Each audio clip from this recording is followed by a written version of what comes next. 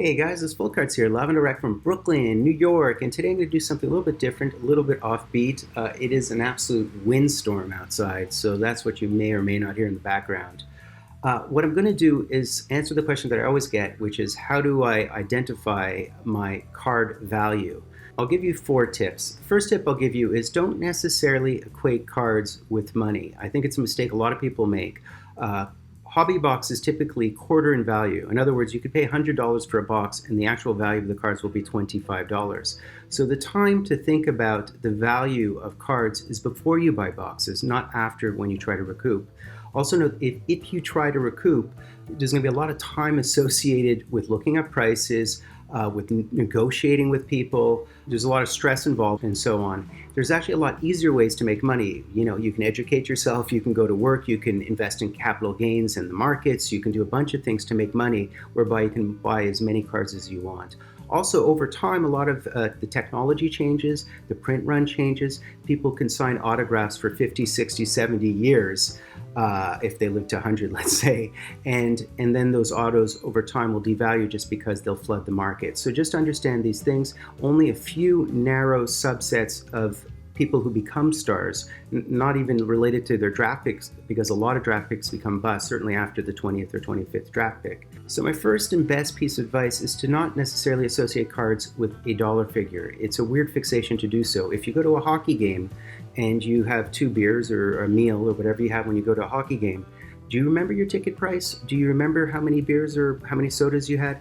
No, you remember the game for the rest of your life if you don't go to many games. And I think that's how you have to approach it. You have to approach it as a sunk cost for the most part and just appreciate the cards that you do get. What you really want to do is have an emotional attachment to the cards. In other words, sort of collect players and teams that you really enjoy. There's ways to really actually broaden your appreciation for cards, and that's by playing fantasy hockey and sort of understanding other players in the league and watching more hockey. And then whichever cards you get, you'll really appreciate it. That's why I appreciate every card I get, because I have so many fantasy teams and I've been collecting for so many years and been watching so much hockey. So I just want to get that out of the way. It's not always about money, and it's hard to make money off of it. And the people who do tend to be absolute experts, people who speculate, and retailers who do it for a living. The rest of the people are in the red. So that's the first point I wanted to make. Now on to the tips. So the second tip I'll give you, and it's the most important tip really, is if you want to identify the value of cards, you have to go to eBay. It's the only way to do it. I know there are Beckett guidebooks and there's paid guidebooks and so on. The whole point of this advice is to do things free. So all of this advice relates to things and products that are applications that are free. So first and foremost, go to eBay. So for example, I have in front of me this Austin Matthews Shadow Box from 2016-17, which is a rookie card. It's an auto patch Shadow Box. So let's say I want to know the value of it. The best way to identify the value of it is to figure out what people have been buying it for. How much they paid for it. And that you can only do on eBay because it is the #1 market for cards. There are some other markets out there, but really this is sort of the broadest one with the most participants. And the more people that you have engaged in it, you would end up with more accurate prices. With a wider range, you have a better bet on what the average price would be. So here you go. So the first thing you do is you have to put the date in, of course. You have to put the name of the person. You also should put the name of the product, so it's SPX. And it's a shadow box. So for example, I already have searched this, so it's 2016-17 SPX Matthews Shadow Box. Note, I did not mention that it's an auto patch, and I'm just going broad for one. So then what you do is you would sort it out by highest to see which was the most expensive. And here you see some are numbered to 25. Mine is actually numbered to 99, so this is just the auto, not the auto patch. For whatever reason, it's going for more than the auto patch, or the asking price is for more than the auto patch. And there's the first auto patch at 670, 400, and then beyond here, these ones at 175, 100, etc. are non-autos. The problem with these is anybody can ask whatever they want. People can ask whatever price they want. They could ask $5,000 if they want. And sometimes it works. Sometimes there's one person with a deep wallet who will just pay for it outright because they want it, because they think it's rare, because they want it right then and there.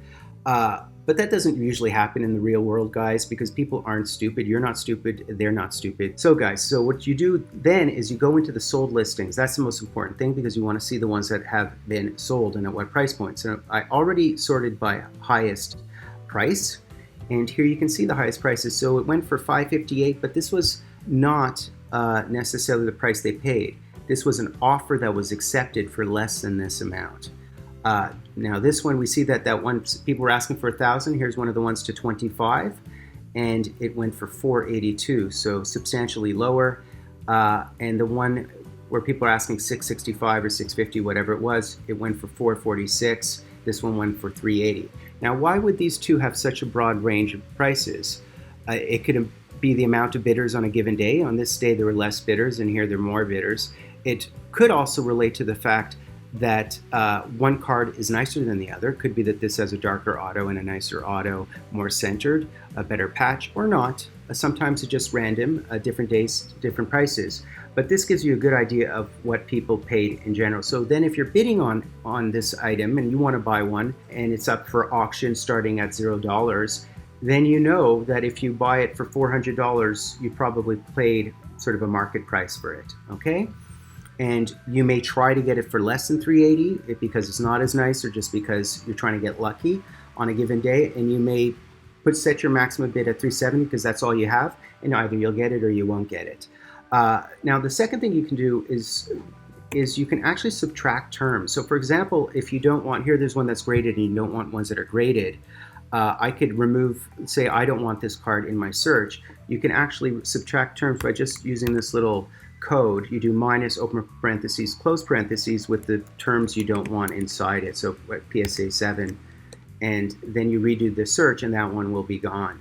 Unfortunately, a lot of people meta tag and tag their items with PSA anyways that you might not see, so it might subtract too many of these. So I think initially we had how many? We had something like, what was it, 8 in our last search? We had 8 and then went down to 4 when I removed that one card.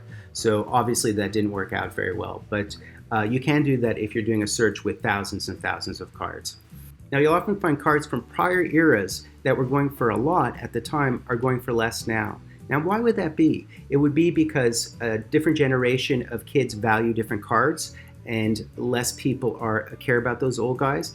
Another thing could be Spezza, for example, was a number 2 overall. He's had a great career, but presently he's sort of like a fourth liner, and there just isn't that kind of demand for it. It could also be that in that era, there were 1,000 prints of the autos or 4,000 prints of the autos, where in this era, you can actually get a Spezza auto number to 5, and people will prefer that one with the newest technology even over his rookie card.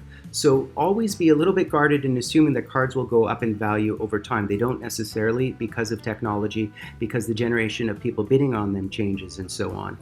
You're safe typically with a Connor McDavid because he theoretically can surpass Crosby in terms of points, and the speculation at this point is pretty good. But if the market crashes, that will change. The next thing I want to tell you guys is, how do you know how much this is? So that's a bit confusing, right? Because someone bid theoretically under 558 and you don't know how much it is. It can be anywhere between 558 and 482, and you want to know precisely how much this one was. Basically, you go into this one and you steal this little number here, you copy and paste it, and you go into this website, watchcount.com.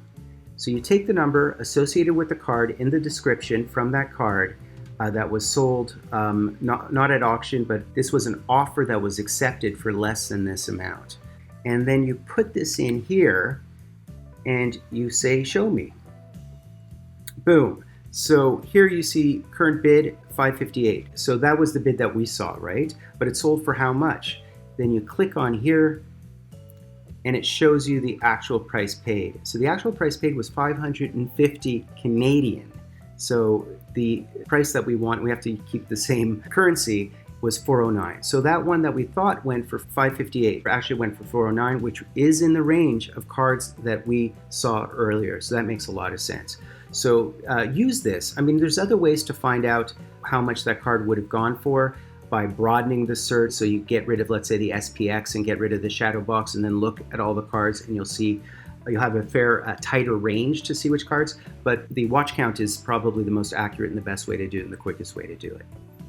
Now here's a tip that I think a lot of people don't know. I haven't seen people talk about this tip. There is a place called priceguide.cards online, and it's free. Okay, now it might have more functionality and so on than what I'm going to show you, and you can pay for that or you can register. I don't know. I'm not even registered. I found this website a while back and I love it. I think it's very helpful. So I have another card in front of me, guys, and it is the 2015 Upper Deck Full Force Connor McDavid Blueprint Auto Foil, and it's a Mint 9. Now, before I go on, I just want to go to 2015 16 Full Force Hockey Checklist. It's super important, guys, to get familiar with online checklists if you haven't done that already. I really suggest it. And here you go to Cardboard Connection, which is one of my favorite sites. There's a couple of great sites for this. The Ninja one is great as well. So here is that particular product. So the 2015 Connor McDavid Full Force Blueprint is from this product. And what's nice about this website is it has just a ton of information. It tells you basically what you get on an average box break, and then it has the checklist and so on. So I use these plus the back of the boxes to determine the actual odds to understand whether my price points for buying boxes is good or bad. And of course, anything from 2015-16 now is super hyper inflated because Connor McDavid rookie cards are in them. And some of them are, you can't even guarantee that you get them because they're redemptions. But so you have to sort of grunt and bear the fact that the prices are way too much for these old 2015 products. But for example, I want to go into the blueprints in the checklist. Now there's this blueprint and then there's a blueprint auto. So this is what I was looking for. So before I go to see how much my card's worth, try to buy the card, try to sell the card, what I really want to do is go to the checklist and see how valuable is this card to me based on scarcity and rarity. So obviously this is one of the foil rookie blueprint autos, the one I have in front of me, the Connor McDavid. So we're looking for VPCM. In other words, we're looking for McDavid. So here it is right here. So this particular card, guys, is 1 in 12,960. In other words, it's probably, and it might be, one of the rarest cards in the set. You can see here's one of 18,000. So the Sidney Crosby is rarer. On the other hand, Sidney Crosby is not a rookie card, so this is probably one of the most cherished cards in the entire set. If you're wondering how hard it is to hit it, your chances are 1 of 12,960 packs to hit it. What does it say? You get 18 packs per box. So you have 18 chances on 12,960. And so you see that it's 0.1% chance to hit that card. It's a very rare card. So now I value the card even more, right?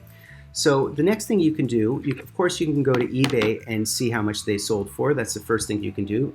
The second thing you can do is you can go to this website. So please go to priceguide.cards and you will be able to see this card as well another way. So the first thing within here, what you want to do is you go to hockey cards values, okay? And then so that brings you down to these search options. So you've said hockey. Now who's the publisher? The publisher obviously is Upper Deck. And what year is this? This is a rookie card, so it's obviously 2015, which is why I value it so much. And then you go collection name. Full Force, it's within here as well. Then you can go on to the other stuff, auto, to this and that. But at this point, I don't want to narrow the search too much. I don't want to discount or not include cards by mistake.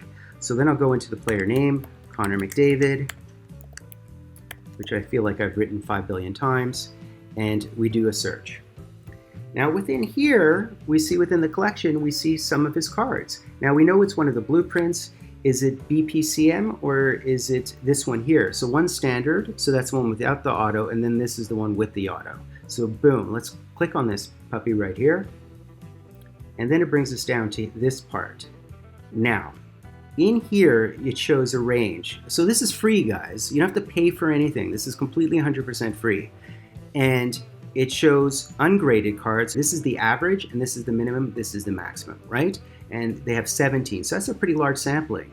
So we could feel that this is pretty accurate. If we want to rip people off, we somehow try to get it for 175. If we're trying to sell it and rip people off, we basically try to sell it for the maximum, right? And here's the graded, and the graded is, you notice that the graded doesn't have as wide a range, and the reason it doesn't have as wide a range is you only have 3 of them in here. And it could be that some of them are mistagged. So we might find that some of the cards within here are not even the blueprints. There's some other card that some dodo didn't tag correctly when they put it on eBay, etc. Okay, but that's none of that's the important stuff. The important stuff is come down here, and you can just put your cursor over these little bubbles. So recently, 238, this one 304, this one 263, this one 186. Ungraded might be, the edges might be crappy, right? 209, graded 206, okay?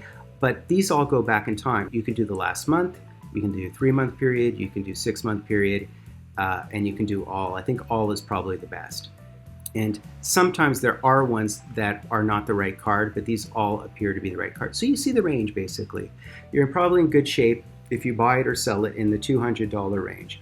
Now, will somebody on eBay try to sell it for $2,000 or $1,000? Maybe. The problem with eBay is it doesn't necessarily go back more than 2 months in the searches, so keep that in mind. It only has recent stuff. I think there's certainly third-party software you can look at to have the entire history of eBay. But you know, without getting all that other stuff, you can use the price guide or you can use other means. Okay, so we did find one of them here for $304, and that's not completely crazy because cards have gone up in the last month or so for whatever reason. More people at home, more people playing around with the hobby. Now, the last thing I want to mention, guys, is PSA and Beckett.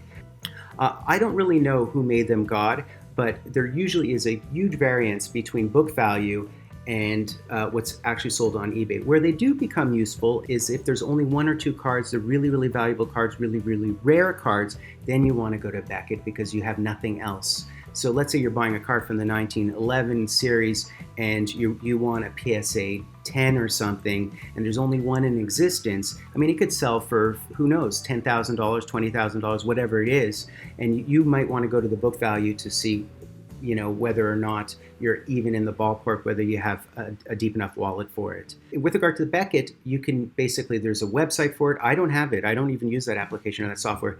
There's a monthly guide, and that's one of the ones I use, and I just find it interesting to look up cards. I don't use it much for actually buying cards because I use eBay.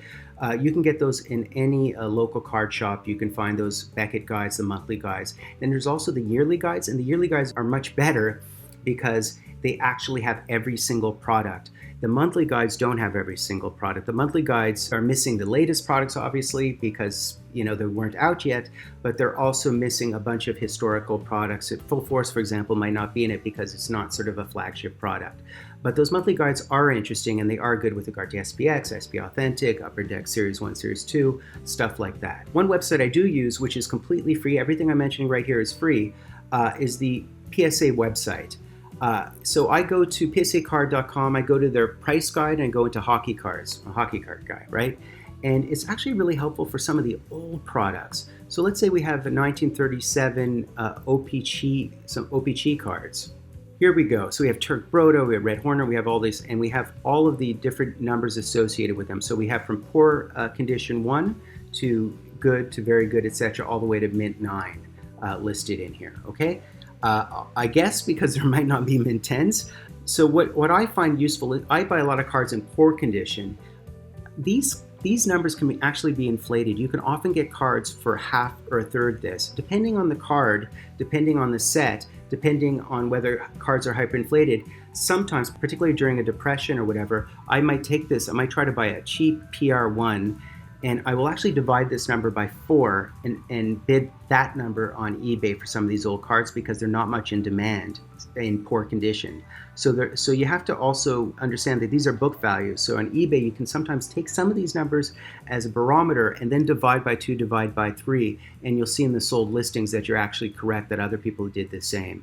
But if you want the really expensive cards, you probably should invest in paying in software as opposed to doing it free, because at that point you're throwing a lot of money away. What is it? What is a monthly subscription to one of these software applications or Beckett or whatever if you are dropping a ton of money and you're investing like you're investing buying a new car? But let's see, for example, so here we have the app sold for $9,354 and it's a near mint 8. So they right down in the bottom of the notes, they have what cards actually sold for in recent years, which is really, really cool. So let's go to that app. So that's card 141. And you see they actually put the figure in that it sold for. They actually put the literal figure in that it sold for as their near mint 8, probably because the population is nil. It was that one sample size. And sometimes, typically, they show you whether certain cards are trending up or trending down in price. The Toe Blake apparently is trending up. If you see red numbers, they're trending down in price.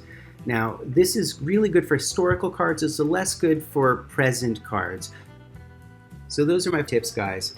Let me underscore one more time. The key time to worry about card value is before buying a hobby box, not afterwards. Understand the odds of the cards that you want to hit, and based on that, either pay the price point or wait for the price to come down, or look for another product within your budget. If you don't do that, what's going to happen is you can drop $150 on a box and you'll get a no-name rookie who you have no attachment to, and then you're going to try to sell it, and you'll really be almost be in tears based on the loss, the quote-unquote loss. I would say the best approach would be to pay for cards at a hobby box price that you can afford, buy a product with people and players from an era that you love, and try to find value within the hobby whereby your odds are good to receive the players you want to hit, and don't focus too much on the money. The whole thing is it's a hobby, right? So what you really want is to have cards that have meaning and have value to you from a sentimental standpoint. Flipping it to make money, there are way easier ways to make money than to speculate, and that is to educate yourself and to work in a career that you love, and then put money away and ensure that you have capital gains by buying a house or by making money off that money, and then you have an entertainment budget to spend on all the cards you want or on all your children's cards or whatever it is. If you fixate on the card value in the long term, based on the price points and the sticker prices, you're actually going to get yourself ripped off and you're not going to make money unless you are a super duper shrewd and you are really, really sort of OCD about tracking these things and understanding which are the best players and which markets they play in, etc., etc. So that's it, guys. I hope this was helpful. It was sort of dense explanation of the free ways to look up cards. I'm Full Cards, live and direct from a place called Brooklyn, New York. Didn't I give you